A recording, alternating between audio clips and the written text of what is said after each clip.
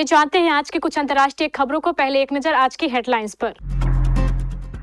हिरासत में मुझे थप्पड़ मारे गए, भूखा रखा गया। रान्या राव ने डीआरआई अधिकारियों पर फिर लगाए गंभीर आरोप। शहीद एएसआई संतोष सिंह को पुलिस लाइन में दी गई श्रद्धांजलि। डीआईजी बोले होगी कड़ी कार्रवाई। अमृतसर मंदिर ब्लास्ट में 3 आरोपी बिहार से गिरफ्तार। वे तमिल फिल्मों को हिंदी में डब करते हैं, ये कैसा पाखंड। ठुमका नहीं लगाओगे तो सस्पेंड कर दिए जाओगे। तेज प्रताप यादव ने होली पर पुलिसकर्मी से वर्दी में कराया डांस।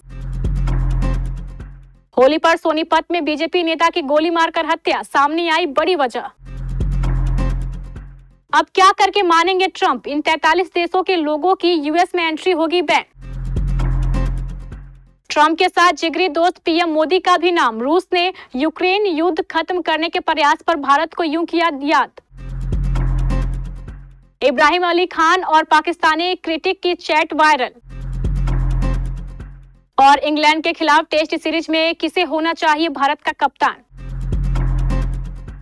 सोने की तस्करी के मामले में गिरफ्तार कन्नड़ अभिनेत्री रन्या राव ने एक बार फिर डीआरआई अधिकारियों पर गंभीर आरोप लगाए हैं। रन्या ने राजस्व खुफिया निर्देशालय अफसरों पर आरोप लगाया है कि उसे पूछताछ के दौरान कई बार थप्पड़ मारे गए, खाना नहीं दिया गया और डीआरआई के अधिकारियों ने उसे खाली दस्तावेजों पर हस्ताक्षर करने के लिए मजबूर किया।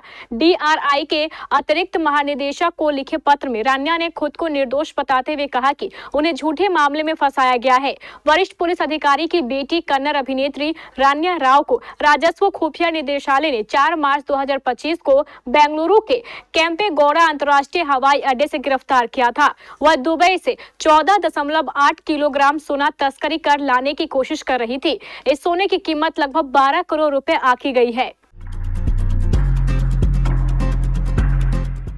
मुंगेर के मुफस्सिल थाने में ड्यूटी के दौरान शहीद हुए एएसआई संतोष कुमार सिंह का पार्थिव शरीर शनिवार को न्यू पुलिस लाइन लाया गया, जहां शहीद स्मारक के पास उन्हें गार्ड ऑफ ऑनर दिया गया। अंतिम विदाई के समय पुलिस लाइन का माहौल बेहद गमगीन था। इस दौरान सहकर्मी, अधिकारी और परिजन सभी की आंखें नम थी। इस मौके पर मुंगेर रेंज के डीआईजी राकेश कुमार, जिलाधिकारी अवनीश कुमार सिंह, एसपी सैयद इमरान मसूद और मुंगेर विधायक प्रणव कुमार यादव सहित तमाम अधिकारी व जनप्रतिनिधियों ने शहीद को श्रद्धांजलि अर्पित की। डीआईजी राकेश कुमार ने कहा कि एएसआई संतोष कुमार सिंह ने कर्तव्य निभाते हुए अपने प्राण दिए हैं। पूरा पुलिस विभाग इस दुख की घड़ी में उनके परिवार के साथ खड़ा है।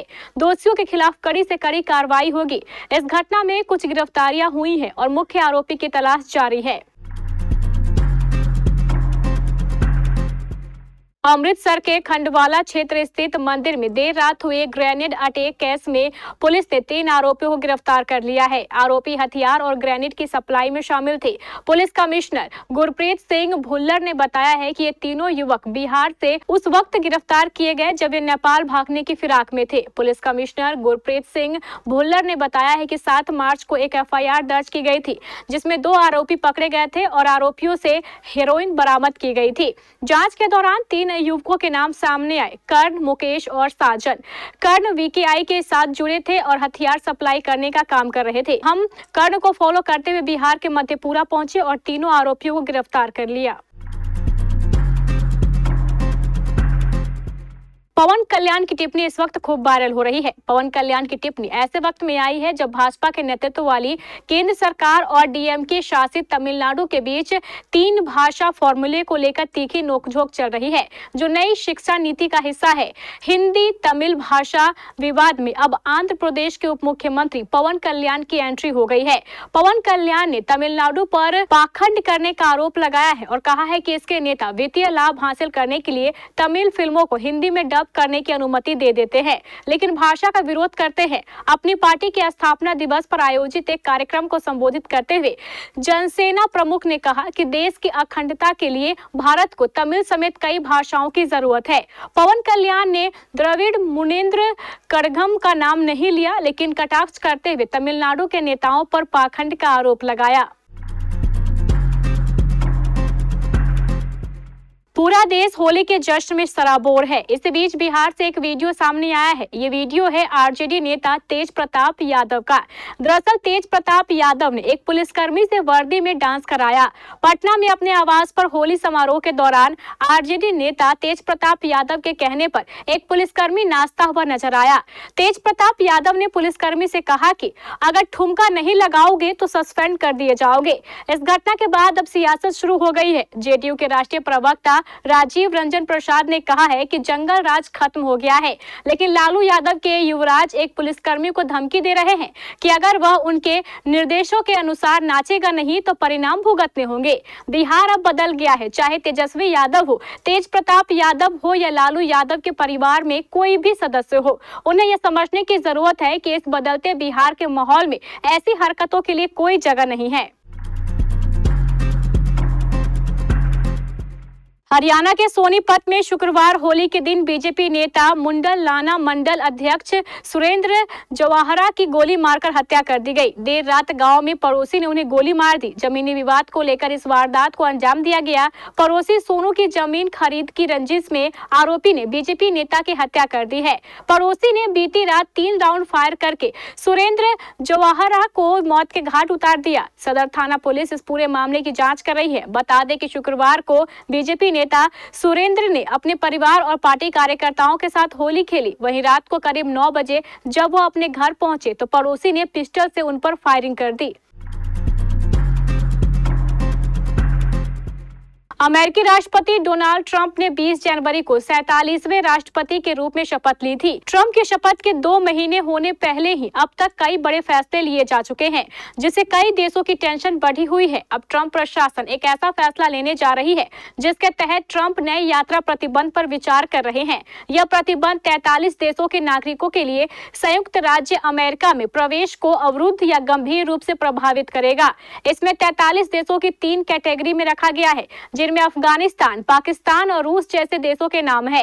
हालांकि राहत की बात यह है कि लिस्ट के किसी भी कैटेगरी में भारत का नाम नहीं है। 43 देशों में 11 देशों को रेड लिस्ट में रखा गया है, जिनके नागरिकों को अमेरिका में प्रवेश करने से पूरी तरीके से रोका जाएगा। इसमें अफगानिस्तान और भूटान के अलावा क्यूबा, ईरान, लीबिया, उत्तर Korea, Somalia, Sudan, Syria, Venezuela और यमन शामिल है। इसके बाद ऑरेंज लिस्ट में 10 नाम शामिल हैं, जिनमें रूस और पाकिस्तान के अलावा Belarus, Eritrea, Haiti, Laos, Myanmar, Sierra Leone, दक्षिण सूडान और तुर्कमेनिस्तान शामिल है। इन देशों के नागरिकों को प्रवेश पर रोक लगाई जाएगी, लेकिन पूरी तरीके से प्रतिबंधित नहीं किया जाएगा। रूस के राष्ट्रपति व्लादिमीर पुतिन ने गुरुवार को प्रधानमंत्री नरेंद्र मोदी, अमेरिकी राष्ट्रपति डोनाल्ड ट्रंप और ब्राजील के राष्ट्रपति लुइज इनासियो लूला दा सिल्वा को धन्यवाद दिया। उन्होंने रूस यूक्रेन युद्ध को खत्म करने की उनकी कोशिशों के लिए शुक्रिया अदा किया। यूक्रेन की युद्ध विराम की बातचीत के इच्छा पर पुतिन ने पहली बार खुलकर अपनी राय रखी। उन्होंने कहा है कि वे युद्ध विराम के प्रस्ताव से सहमत है, लेकिन उन्होंने यह भी कहा है कि इस युद्ध विराम से अस्थायी शांति आनी चाहिए। साथ ही संकट की जड़ को भी खत्म करना होगा। इस महीने की शुरुआत में इब्राहिम अली खान ने नादानिया से अपनी शुरुआत की, जो OTT पर रिलीज हुई। फिल्म को मिले जुले रिव्यू मिले, लेकिन ऐसा लगता है कि एक आलोचक के शब्द इब्राहिम अली खान को बहुत परेशान कर रहे हैं। रिपोर्ट्स बताती है कि उनकी पहली फिल्म का पाकिस्तानी फिल्म समीक्षक ने रिव्यू किया और कथित तौर पर उनका जवाब देने के बाद वह मुश्किलों में पड़ गए। अपने सोशल मीडिया हैंडल पर पाकिस्तानी फिल्म समीक्षक तमूश इकबात ने आरोप लगाया है कि इब्राहिम ने इंस्टाग्राम पर सीधे मैसेज करके उन्हें खरी खोटी सुनाई। तमूर के शेयर किए गए स्क्रीनशॉट के अनुसार इब्राहिम ने मैसेज में लिखा था, तमूर लगभग तैमूर जैसा ही है, तुम्हें मेरे भाई का नाम लिया, अंदाजा लगाओ कि तुम्हें क्या नहीं मिला, उनका चेहरा, तुम बदसूरत कूड़ा कचरा हो चुकी, तुम अपने शब्दों को अपने तक नहीं रख सकते, इसलिए परेशान मत हो, वे तुम्हारी तरह ही घटिया है। चैंपियंस ट्रॉफी में रोहित की कप्तानी में भारत ने इतिहास रचा और खिताब अपने नाम करने में सफलता हासिल की। तीसरी बार भारत ने चैंपियंस ट्रॉफी का खिताब जीत लिया है। अब सभी फैंस की नजरें इंग्लैंड के खिलाफ टेस्ट सीरीज पर है। जून में भारत और इंग्लैंड के बीच 5 टेस्ट मैचों की सीरीज खेली जाएगी। भले ही रोहित ने भारत को चैंपियंस ट्रॉफी का खिताब जिता दिया है, लेकिन क्या टेस्ट सीरीज में रोहित बतौर खिलाड़ी और कप्तान खेलेंगे? इस सवाल पर पूर्व भारतीय दिग्गज नवजोत सिंह सिद्धू ने रिएक्ट किया है। नवजोत सिंह सिद्धू ने रोहित का समर्थन किया और आगामी इंग्लैंड सीरीज के लिए उन्हें भारत का टेस्ट कप्तान बनाए रखने पर अपनी हामी भरी। रिपोर्ट के मुताबिक भारतीय दिग्गज ओपनर ने कहा, रोहित का अनुभव और इंग्लैंड में उनका शानदार रिकॉर्ड उन्हें आदर्श विकल्प बनाता है, भले ही उनका हालिया फॉर्म खराब क्यों ना हो।